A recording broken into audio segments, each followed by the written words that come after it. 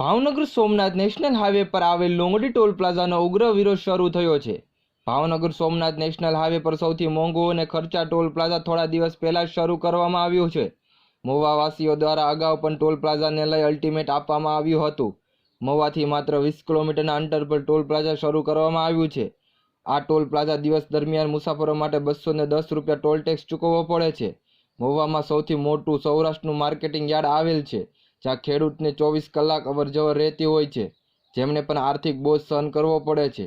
હાલ મહુવાવાસીઓ દ્વારા ટોલમાંથી મુક્તિ આપવામાં આવે તેવી માંગ કરવામાં આવી છે, જેને લઈ હાલ ઉગ્ર વિરોધ શરૂ કરી દેવાયો છે। Bureau report, Mahuva.